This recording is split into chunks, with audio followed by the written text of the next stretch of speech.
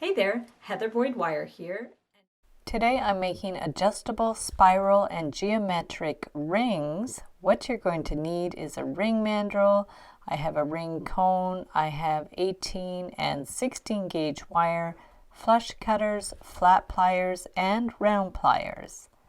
We're going to start with about 12 inches of 18 gauge wire and wind it around the ring mandrel and just pull it all the way around to make a complete circle.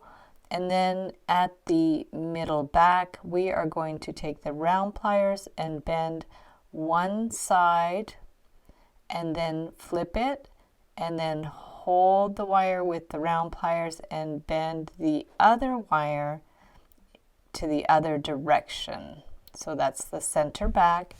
And then we're going to put it back on the ring mandrel and just push those ends beside each other and bring the wires back to the front. So one above and one below, going towards the front and straight across. So there's the center back. And then at the front, we are going to take our flat pliers and bend the wire up on an angle. We're forming a triangle. And then we're going to flip it around and we're going to bend the other end up on an angle. So they're going to be one triangle on top of the other. Bend the other wire up at a similar angle. Just check that they're well centered. And now we're going to form our triangles. So the tweezer nose pliers are the best for this because you can get into little spaces with that. So make sure your creases are nice and sharp. You just push them against the flat pliers. And now we're going to start at the top of the triangle, hold the wire with the tweezer nose pliers and push it down with your thumb. So again, push it straight across. We always hold the wire with the pliers and then push it with your thumb at the correct angle.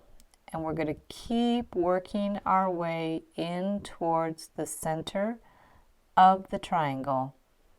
Just give it a good little push with your thumb. These tweezer nose pliers are perfect as you get towards the center of the triangle because your spaces get very small. So we're going to bend it up a last time towards the top and then just get right in there and bend it down. So once you're done that, we're going to get our flush cutters and cut it flush. Press it down so there's no little pokey ends, and we're going to do the same on the other triangle. So try to make it about the same size as your first one. You could measure the side if you want to be more precise, or you can just eyeball it. So we're going to keep going inside in the same way we did our first one. Again, holding the wire with the pliers and pushing the wire with our thumb and our finger to make nice sharp bends. This is the 18 gauge wire. It works nicely for this design. And so we're just going to keep going in there, continuing our triangles and working our way. Push it a little bit together if the triangle is too wide. Now we could clip it with the flush cutters and push it with the flat pliers so there's no little pokey ends. And put it back on the ring mandrel to make sure the shape is good. Line up those center back pieces, push it down, and you can even hammer it if you want to work hard in the wire.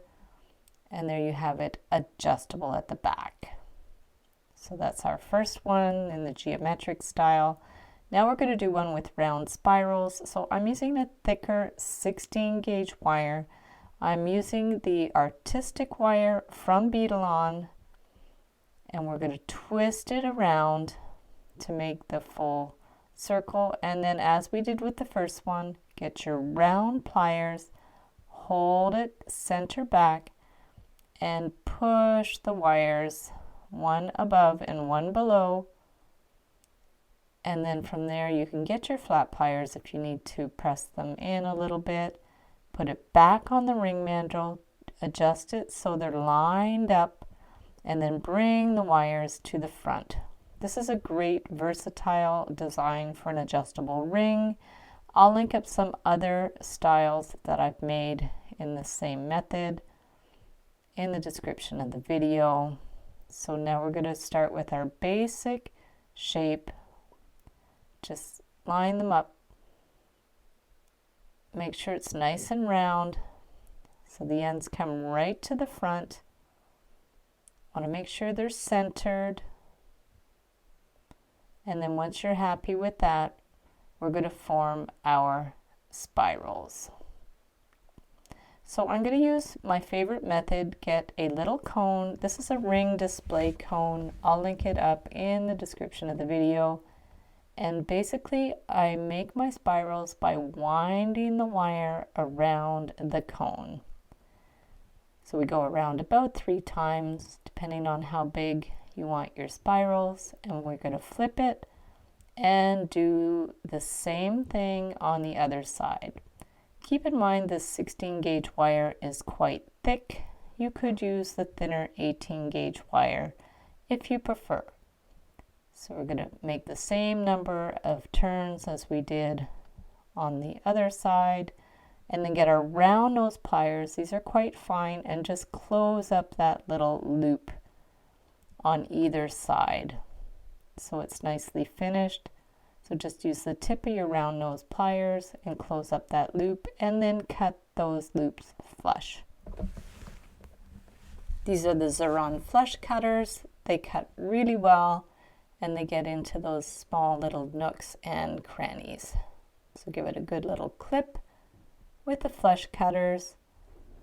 Get that little end off, and then we're going to get our flat pliers just to close up those spirals. So just push that in, and that'll start to flatten it out, close up that little end. You don't want any little pokey ends, so we're just going to push that down with the flat pliers. And then you can also use nylon tip pliers if you're worried about scratching the wire. So these are the Beadalon nylon tipped pliers, or they're also called nylon jaw pliers. And if you want to tighten up your spirals, get your round pliers again, and just with a little flick of the wrist, just tighten them up a little bit. And if there are any little gaps in between the wires of the spiral, you can do those little adjustments with the round pliers, and then flatten it with the nylon jaw pliers. Just go slowly, work on one side and then back to the other side, and then just close up those gaps if you have any gaps. If you want to even out the spirals so they look similar, we're just going to keep adjusting, and then we'll put it back on the ring mandrel, line up the back. You can use your pliers if you need to adjust them a little bit more, just so they meet up there. And then you can also kind of rotate the spirals a bit over so they're more centered. Just push them with your thumbs to get them lined up, and you can again hammer this if you like. And there's your double spiral ring with a 16 gauge wire. So thanks so much for watching the video. Give it a big thumbs up if you liked it. Be sure to subscribe to my channel for lots more wire art and jewelry making videos. And if you'd like to share photos of your wire art and jewelry, be sure to join the Wire Makers Club on Facebook. And if you'd like to check out my work on Etsy, my husband and I specialize in custom wedding cake toppers and funky jewelry. I also have a mailing list, so if you'd like to sign up below, I'll send you my Wire Art Essentials ebook. So thanks again for watching, and we'll see you the next time.